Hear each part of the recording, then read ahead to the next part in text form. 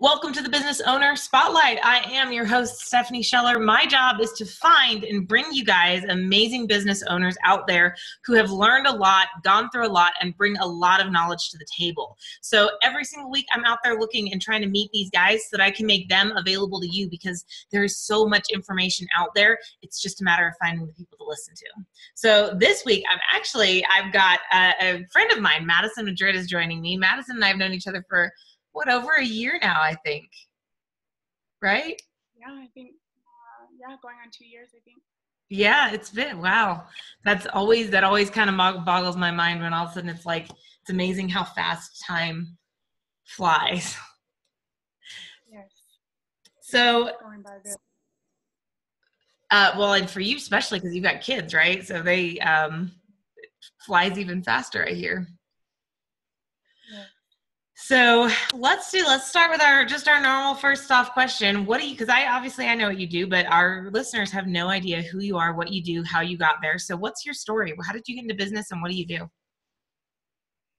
So I am basically a landlord. I'm a real estate investor, but I have properties that I rent or rent to own, and then sometimes owner finance. I got into the business. My dad has been doing this business for about 22 years now. And it's kind of the classic, reading The Rich Dad, Poor Dad was suggested to him when I was in college at some point. And I wanted to originally, my mom is an engineer. And so all growing up, I always wanted to be an engineer. And I was going to school and I read Rich Dad, Poor Dad. And I kind of related my parents to Rich Dad, Poor Dad. And I decided that I didn't want to be an engineer anymore and I didn't want to work at a job. And so I decided to get into real estate. When I was in school, I would make phone calls for my father. There would be leads that would they would call me and I would have a lead sheet, and basically I would just talk to sellers and I would fill in the information. And that's kind of how I got my toes wet. I did that for him. And then when I got out of college, I went and got my real estate license in 2009. And then I actually purchased my first investment home in 2010. Wow. And the way I did that was I kind of remember thinking to myself, like, I had this real estate license. I didn't know, like, how really to get started. If anybody really knows my dad, he's not, like, the one to hold your hand and give you everything. Right. So I kind of trying to, I remember telling myself, I just gotta go out there and do it. So I had my license, I had access to MLS, which all the realtors have access to. Listings are posted on there. And I made an offer. And how was I gonna come up with the money? So my first, the majority of how I buy my houses have been through private lenders or private investors. Mm-hmm. And I remember back then, my mom would always talk about my grandfather. She would always talk about how my grandfather, people would always ask him to borrow money. And he would do it on a handshake, or he would do it on just like a promissory note, and he would never get paid back. And I would always hear her complain of how he, wanted to do something with his money. He's tired of people asking for, a loan, and he never gets paid back. And so, I was like, this could be a good opportunity. So I kind of sat down, I talked with my mom about it. She talked with my grandfather about it. Obviously he was a little skeptical because I'm his granddaughter. And, that's just the way, things go. But it's probably, he's passed away now, but he ended up being one of, the best things that's ever happened to me in my business. I've, been able, I did a lot of loans with him, bought a lot of houses with him, and really been able to grow my business with him. And also he's helped me tremendously with retirement accounts. And so being able to have him help me set up retirement accounts that I was now the beneficiary, now I'm the owner of, since when he passed. Wow. So it was a real blessing. No kidding. And that's kind of how I got started. From him, from then, my mom talks a lot, so she kind of would, talk to everybody at work, what I was doing with my grandfather and how he was, earning a higher interest rate. then he would be in, stock market, CDs, savings account, and it kind of just escalated from there. I got more people that were interested in working with me. Nice. So in growing your business, I mean, I know we could totally go off and just talk about that one, because that's, everyone's sitting here going, wait, you can get a higher return without, without being in the stocks. So that's a whole other conversation. And you said I can put your contact info below. So if you want to have that conversation, go below and grab that email address. But since we're talking about business, what were some of the challenges that you ran into that you didn't necessarily expect? And how did you get past those? The challenges, I kind of think I'm facing more challenges now than I did in the past. When I first got started, I was young. I mean, the challenges, I started in a good time. I started when prices of housing was very, very inexpensive. And I was able to find a lot of houses that, made sense numbers wise. And I didn't have, I didn't have any consumer debt. I didn't have a lot of expenses. So it was kind of easy to make, substantial living doing what I was doing and not really have, too many obstacles. I just kind of went through the motions. And now, since I decided, and, since working with you for the last 2 years, I kind of, have put more goals on paper, and I've noticed now it's a little bit more of a challenge actually running an actual business instead of just doing investments.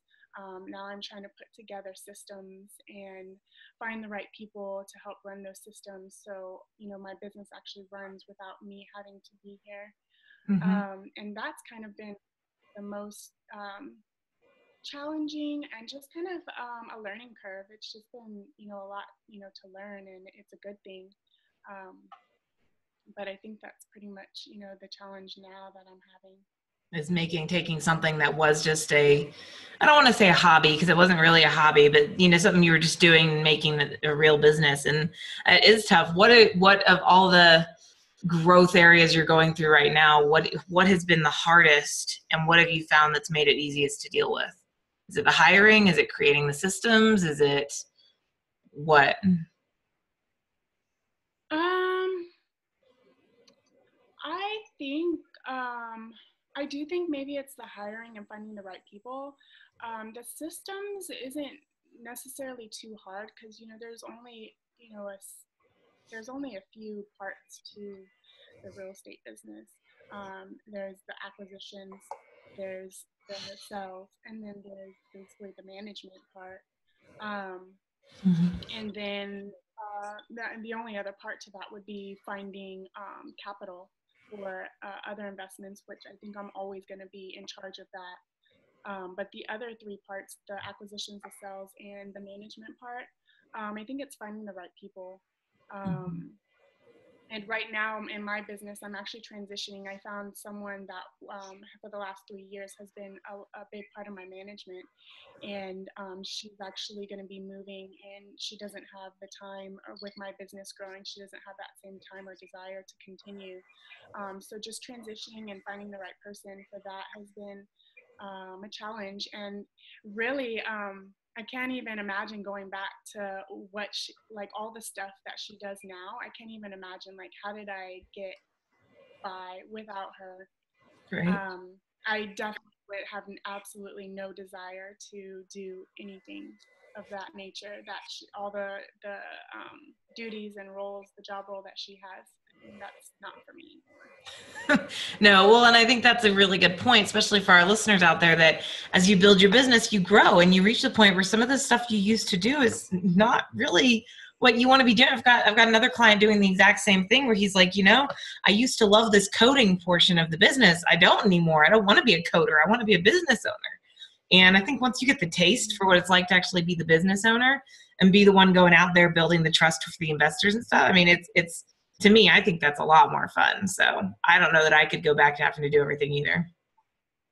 I can even see myself in the future putting someone else in charge of hiring type thing.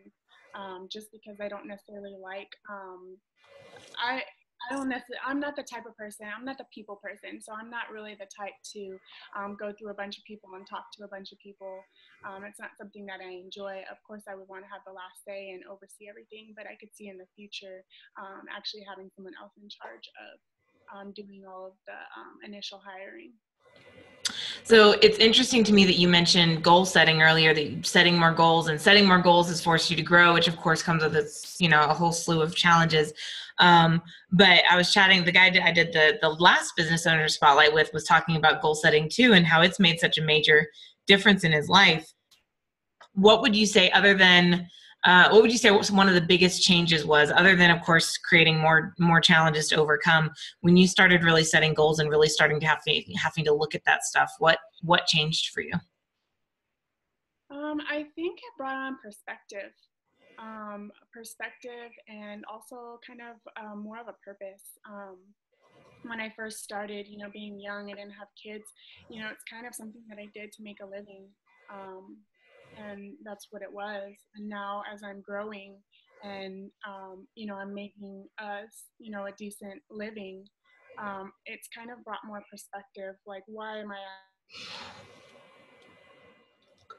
and it goes in from not just building, it goes, went from making a living to now growing a business. And then also it's going to be to create a legacy and to hold on to that legacy as well, down in the future. And so, creating a vision, different perspective, and just the overall purpose of, why am I actually doing this? That's awesome. I love it. And I think that's one of the most valuable things. When I first started in my business, my coach came to me, and our first session, he just spent all of it just, what are you building and why do you want to build it, and all, the vision, the mission, the legacy, and I was just like, dude, I need like advice on building my actual business. I don't need this crap.